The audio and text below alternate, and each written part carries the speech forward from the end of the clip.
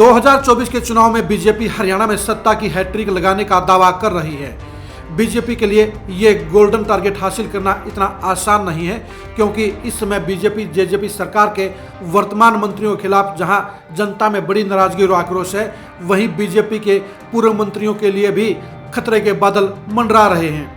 Khattar part 1 सरकार में मंत्री रहे 1 दर्जन नेताओं के ऊपर जीत की बजाय हार का खतरा मंडरा रहा है और इन नेताओं के लिए एक बार फिर जीत के दरवाजे बंद नजर आ रहे हैं। हम आपको बता दें कि 2019 के चुनाव में बीजेपी के बड़े नेता चुनाव हार गए थे। इन चुनाव हारने वालों में 3 वो नेता भी शामिल थे जिनको सीएम इन वेटिंग कहा जाता है। इन तीनों नेताओं के नाम हैं ओम प्रकाश धनखड़, रामविलास शर्मा और कैप्टन अभिमन्यु। इन तीनों बड़े नेताओं के अलावा कविता जैन, मनीष ग्रोवर, कर्णदेव कंबोज, नायब सैनी और कृष्ण बेदी भी चुनाव हार गए थे।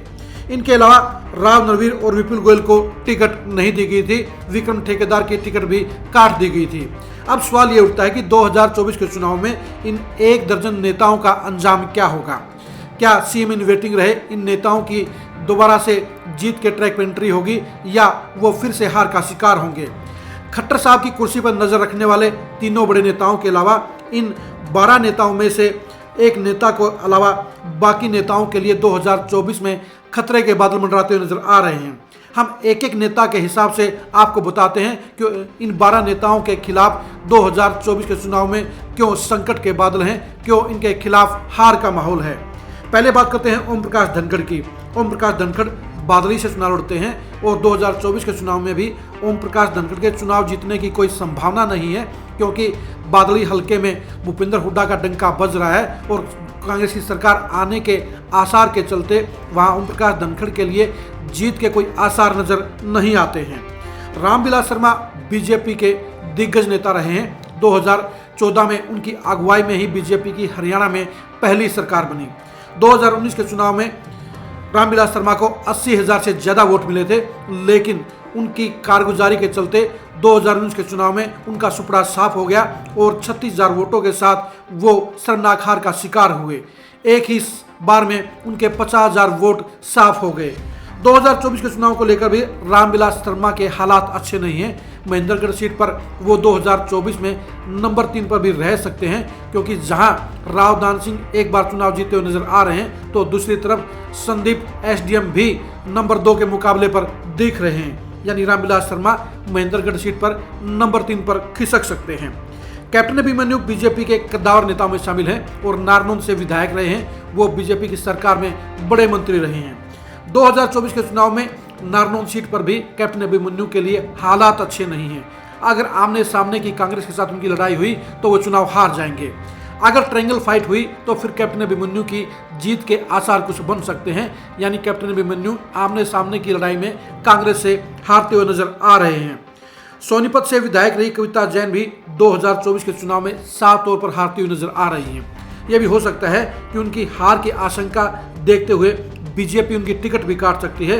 कविता जैन के लिए सोनीपत शहर में समीकरण बिल्कुल खराब है, क्योंकि ना तो उनके साथ में पंजाबी वोट बैंक है, ना उनके साथ में जाट वोट बैंक है और बीसी और ओबीसी भी उनसे नाराज चल रहे हैं। यही वजह है कविता जैन 2024 में या तो टिकट ही नहीं ले पाएंगी और टिकट भी मिली तो हार का शिकार हो जाएंगी। रोहतक से मंत्री रहे मनीष ग्रोवर, जहां खट्टर सरकार में असरदार मंत्री रहे थे, वहीं अभी भी वो मंत्रियों से ज्यादा पावरफुल हैं। 2024 के चुनाव के लिए मनीष ग्रोवर के सामने 50-50 के हालात हैं। यानी वो चुनाव जीत भी सकते हैं, वो चुनाव हार भी सकते हैं। उनकी बीबी बत्रा के साथ कांटे की टक्कर होगी और दोबारा से कुछ ही हजार वोटों के अंतर से हार जीत का फैसला होगा। यानी मनीष ग्रोवर के लिए भी जीत का रास्ता साफ नहीं है। उन्हें जीत हासिल करने के लिए एक एक वोट के लिए मेहनत करनी पड़ेगी। कर्णदेव कंबोज के लिए 2024 का चुनाव एक अच्छा चुनाव हो सकता है। उनकी जीत के ट्रैक पर वापसी हो सकती है और वो रादौर से चुनाव जीत सकते हैं। कर्णदेव कंबोज को 2019 में इंद्री से ट्रांसफर करके रादौर लाया गया था। रादौर में वो कांटे के टक्कर में चुनाव हार गए थे। 2024 के चुनाव में कर्णदेव कंबोज के लिए अच्छी बात यह है कि बीजेपी के नेता रहे और आज के समय में इनेलो में शामिल श्याम सिंह राणा चुनाव लड़ेंगे, जिसके चलते ट्रायंगल फाइट में कर्णदेव कंबोज जीत के सबसे प्रबल दावेदार रहेंगे।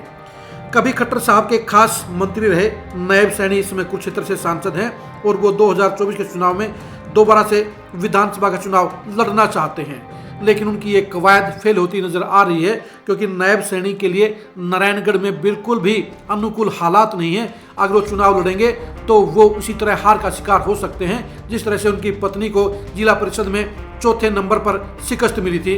यानी नारायणगढ़ सीट पर नायब सैनी 2024 में करारी शिकस्त का शिकार होंगे। शाहबाद सीट से मंत्री रहे कृष्ण बेदी भी खट्टर साहब के नजदीकी मंत्रियों में शामिल थे, उन्हें पूरी पावर भी हासिल थी। चुनाव हारने के बाद खट्टर साहब ने उन्हें मंत्री पद के बराबर का दर्जा दिया, रुतबा दिया, लेकिन इन सारी कसरतों के बावजूद कृष्ण बेदी शाहबाद सीट पर जीतते हुए नजर नहीं आ रहे हैं। उनकी साख इतनी खराब हो चुकी है कि शाहबाद सीट पर उनका जीतना मुमकिन नहीं है। यही वजह है कि कृष्ण बेदी कभी तो सिरसा लोकसभा सीट का आकलन करते हैं तो कभी नरवाना से चुनाव लड़ने के लिए समीकरण को खंगालते हैं, लेकिन दिक्कत इस बात की है ना तो सिरसा सीट पर उनके लिए अनुकूल माहौल है और न ही नरवाना से वे विधायक बन सकते हैं। इसलिए अगर बीजेपी उनको शाहबाद से टिकट भी देगी तो वो हार का शिकार होंगे। बीजेपी के 3 बड़े नेताओं को 2019 में टिकट नहीं मिली थी। उनके नाम थे राव नरवीर, विपुल गोयल और विक्रम ठेकेदार। राव नरवीर के लिए जहां केंद्रीय नेताओं के साथ कुछ खटपट का मामला आया था, वहीं विपुल गोयल का सीएम बनने का सपना देखना भी भारी पड़ा था। यही वजह है कि दोनों नेताओं के टिकट कट गए थे। 2024 के चुनाव को लेकर इन दोनों ही नेताओं की बीजेपी की टिकटों के पैनल में वापसी हो सकती है, क्योंकि बीजेपी 2024 में सत्ता हासिल करने के लिए इन दोनों नेताओं को जीत के प्रबल दावेदार मानते हुए इन्हें टिकट देने का काम कर सकती है। और इन दोनों को अगर टिकट देने का काम किया गया तो ये दोनों ही विधायक बन सकते हैं, यानी वो बीजेपी के जीतने वाले विधायकों में शामिल हो सकते हैं। विक्रम ठेकेदार के लिए हालात अच्छे नहीं हैं। राव इंद्रजीत के साथ पंगा लेना उन्हें भारी पड़ा था और इसी वजह से उनकी टिकट भी कटी थी। 2024 में भी राव इंद्रजीत विक्रम ठेकेदार को टिकट देने के लिए हामी नहीं भरेंगे। यही वजह है कि उनको टिकट नहीं मिलेगी और वो चुनाव की सियासत से बाहर रहेंगे। इस तरह से आपने देखा होगा कि बीजेपी के तीनों ही सीम इन वेटिंग नेता फिर से हार के शिकार होंगे। उन्हें टिकट तो जरूर मिलेगी, लेकिन तीनों के तीनों नेता यानी ओम प्रकाश धनखड़, रामविलास शर्मा और कैप्टन अभिमन्यु जीतने की बजाय हारते हुए नजर आ रहे हैं, जो बीजेपी के लिए चिंता की बड़ी बात है। 2019 के चुनाव में चुनाव हारने वाले इन 11 मंत्रियों में से 3 मंत्री ऐसे हो सकते हैं जो चुनाव जीत सकते हैं, जिनके नाम राव नरवीर, विपुल गोयल और कर्णदेव कंबोज हैं। इनके अलावा मनीष ग्रोवर भी 50-50 के हिसाब से चुनाव जीत सकते हैं, लेकिन बाकी के 8 पूर्व मंत्रियों के लिए हालात खराब हैं और वो हार का शिकार होते हुए नजर आ रहे हैं।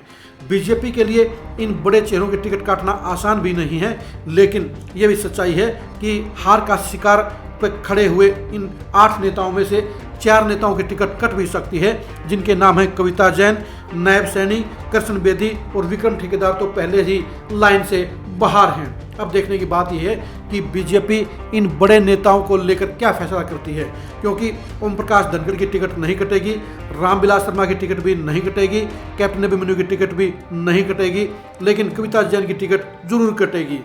बीजेपी अगर अपने विधायकों की संख्या बढ़ानी चाहती है तो उन्हें राव नरवीर और विपुल गोयल को टिकट जरूर देनी चाहिए, क्योंकि ये दोनों नेता 2024 के चुनाव में जीत हासिल कर सकते हैं, बीजेपी के विधायकों की संख्या बढ़ाने का काम कर सकते हैं।